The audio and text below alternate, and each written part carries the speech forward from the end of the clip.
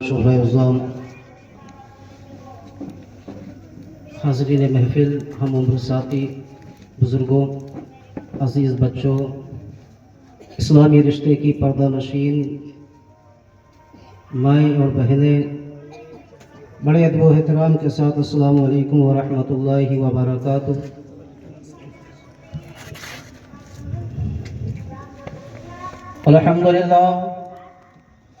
الحمد لله المجيد المعين القادر المقتدر القدير، والصلاة والسلام على سيد البشير النظير، أما بعد فأعوذ بالله من الشيطان الرجيم، بسم الله الرحمن الرحيم، كل نفس ذائقة الموت، صدق الله مولانا العظيم وصدق رسوله النبي الأمين المتين الكريم، ونحن على ذلك لمن الشاهدين والشاكرين، والحمد لله رب العالمين۔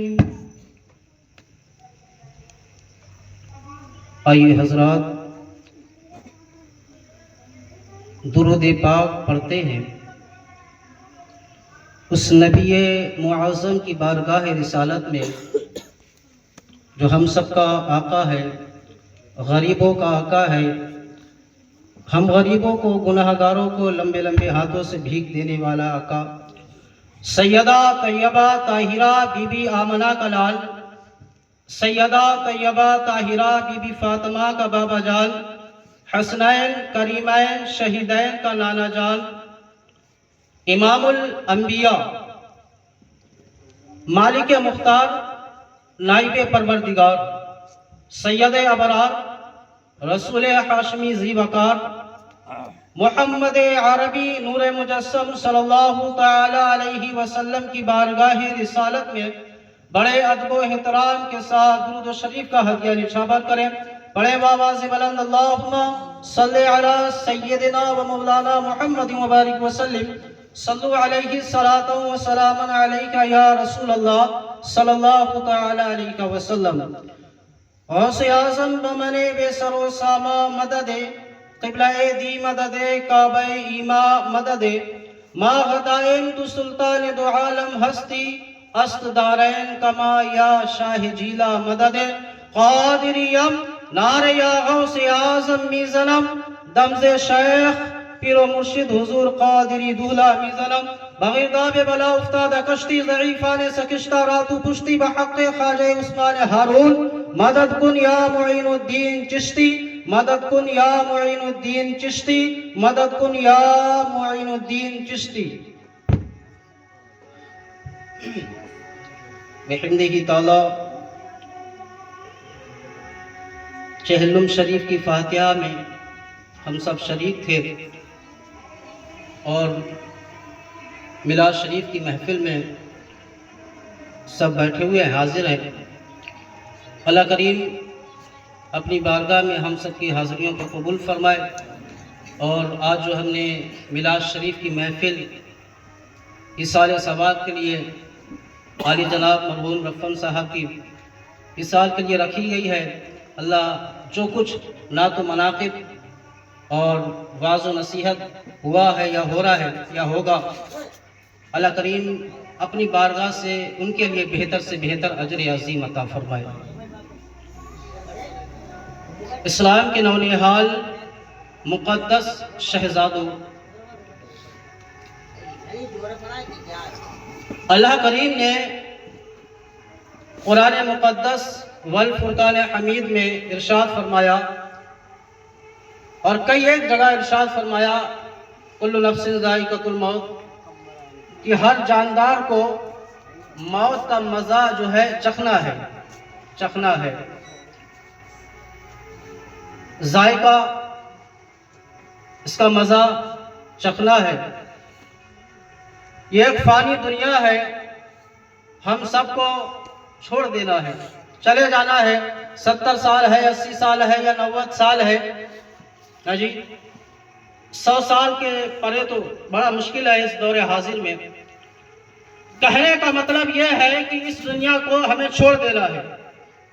اچھا، سوئم کی محفل میں تیجے کی میلاد شریف میں نے جہاں سے آپ کو چھوڑا تھا مومن اور مسلمان، یہاں پہ آپ کو میں نے چھوڑا تھا، وہ یہیں سے پکڑتے ہیں تھوڑی دیر کے لیے، 20-25 منٹ کے لیے۔ میں نے عرض کیا تھا کہ مسلمان جو ہے وہ کامیاب نہیں ہے، مومن کامیاب ہے، مومن کامیاب ہے۔ اچھا، ہمیں اب جاننا یہ ہے کہ مومن کہتے کس کو ہے؟ مومن کے لیے اللہ نے ارشاد کیا فرمایا؟ مومن کو اس ساری دنیا میں کرنا کیا ہے؟ مومن کو اللہ نے کس بنیاد پہ مومن کا جو ہے یہ دنیا اچھی ہو، مومن کی قبر اچھی ہو، مومن کا حشر اچھا ہو، قیامت کے دن مومن کے لیے تمام چیزیں اچھی ہو، تو ہمیں مومن بن کے اس فانی دنیا میں کس طرح زندگی گزارنا ہے؟ اور مسلمان جو ہے وہ کامیاب نہیں ہے، لیکن زیادہ تر ہمیں مسلمان ہی کہا جاتا ہے جناب والا، کہنے میں آتا ہے مسلمان کہا جاتا ہے، لیکن حقیقت یہ ہے اسلام کی مقدس شہزادوں، اسلام کی مقدس شہزادیوں، میری بہنیں بھی سنیں اور باغور سنیں چند منٹ کے لیے، اور اگر بات اچھی لگے تو اپنے ذہن کو اپنے دل میں جگہ دیں اور عمل کریں۔ بیان نماز میں، جمعے میں خطاب ہوتا ہے یا میلاد میں ہم واعظ و نصیحت سنتے ہیں، تو اس کا مطلب یہ نہیں ہے بھائی کہ آپ کے یہاں میلاد تھا تو ہم پہنچ گئے، یا ہمارے گھر ہوگا تو آؤ، تو یہ بدلے کے لیے نہیں ہونا چاہیے بھائی، کچھ عمل کیا جائے، کیا چیز ٹھیک ہے، صحیح ہے، اچھی بات ہے، اس پہ عمل کیا جائے۔ ابھی ہمارے بھائی حافظ قاسم صاحب نے بڑا پیارا ذکر کیا درود پاک، درود پاک کا بڑی روایت 2-3 بیان کی، یہ کہہ رہے تھے، آپ سن رہے تھے، انہوں نے کیا کہہ ڈالا وہ آپ نے غور نہیں کیا۔ انہوں نے ایک بڑی اچھی بات کی کہ درود پاک، میں بھی عرض کر دیتا ہوں، درود پاک وہ وظیفہ ہے، وہ عمل ہے، دنیا میں کوئی بھی تم عمل کرو، نماز پڑھو، کوئی بندہ یہ مجھے گارنٹی کے ساتھ یہ نہیں کہہ سکتا ہے تم نے آج فجر کی نماز پڑھی مولا نے قبول کی ہے، آج ظہر جمعہ ادا کیا تو مولا نے قبول کر لیا، یا عصر کی نماز پڑھی مولا نے قبول کری، ابھی مغرب کی پڑھی مولا نے قبول کری، عشاء کی پڑھ کے آئے ہو، کوئی گارنٹی کے ساتھ یہ نہیں کہہ سکتا ہے کہ جناب والا مولانا صاحب ہم نے عشاء کی نماز پڑھی ہے یا ہم پنجگانہ نمازی ہیں، ہماری نمازیں مولا کی بارگاہ میں قبول ہو گئی ہیں، ہم عمل کرتے ہیں، اللہ قبول کرے یا نہ کرے اس کے اختیار میں ہے، لیکن درود پاک کے بارے میں یہ ارشاد فرمایا گیا ہے، چاہے گنہگار کرے تو درود پاک قبول ہوا کرتا ہے، چاہے پاپی کرے، درود پاک ایسا عمل ہے کوئی بھی کیوں نہ کرے، ادھر بندے کے لفظ سے نکلتے ہیں، بندہ درود پاک مصطفیٰ کی بارگاہ میں پڑھتا ہے، اب چاہے یہ نہیں دیکھا جاتا ہے پڑھنے والا کیسا ہے، گنہگار ہو چاہے بدکار ہو چاہے بے نمازی ہو، درود پاک مصطفیٰ کی بارگاہ میں پڑھا ہے، ادھر لبوں سے نکلتا ہے، رسول اللہ کی بارگاہ میں فرشتے پہنچاتے ہیں، اللہ تبارک و تعالیٰ درود پاک کو قبول کر لیا کرتا ہے۔ درود پاک وہ عمل ہے جناب والا، کوئی یہ نہیں کہہ سکتا ہے کہ کوئی عمل ہمارا قبول ہوا ہے یا نہیں ہوا ہے، کوئی سا بھی دوسرا عمل گارنٹی کے ساتھ، لیکن درود پاک کے لیے صحیح حدیث یہ ہے کوئی بھی کرے کوئی بھی پڑھے یہ عمل مولا کی بارگاہ میں ہر حال میں قبول ہوتا ہے۔ تو نمازی حضرات کو بس میں اتنا ہی ذکر کروں گا، کثرت کے ساتھ یہی دو ہی کام کیا کریں، استغفار پڑھا کریں اور درود پاک مصطفیٰ کی بارگاہ میں پڑھا کریں۔ آپ کی نماز قبول ہوئی ہے یا نہیں ہوئی ہے اس کا آپ گارنٹی کے ساتھ یا مہر نہیں لگ سکتی، اللہ کے اختیار میں ہوئی قبول کر لیں، لیکن درود پاک تمہارے لبوں سے نکلا تو سمجھو مہر لگ گئی ہے، قبول ہوا ہے۔ وہ عظیم الشان یہ وظیفہ ہے، یہ وہ عظیم الشان عمل ہے۔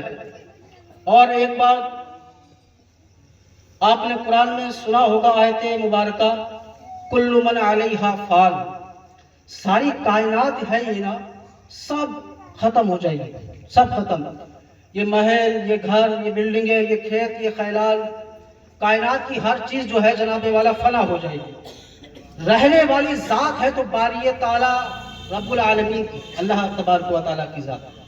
اچھا، ابھی انہوں نے کیا عرض کیا، میرے بھائی نے ارشاد فرمایا کہ درود پاک وہ ہے جس کے بارے میں اللہ نے قرآن میں ارشاد فرمایا، ان اللہ و ملائکتہ یصلون علی النبی، کہ اللہ درود پڑھتا ہے، فرشتے اس کے درود پڑھتے ہیں، اے ایمان والو تم بھی پڑھو۔ اب یہ بتائیں کہ رہنے والی ذات رب تعالیٰ کی ہے، ساری کائنات فنا ہو جائے گی، رب کی ذات ہے،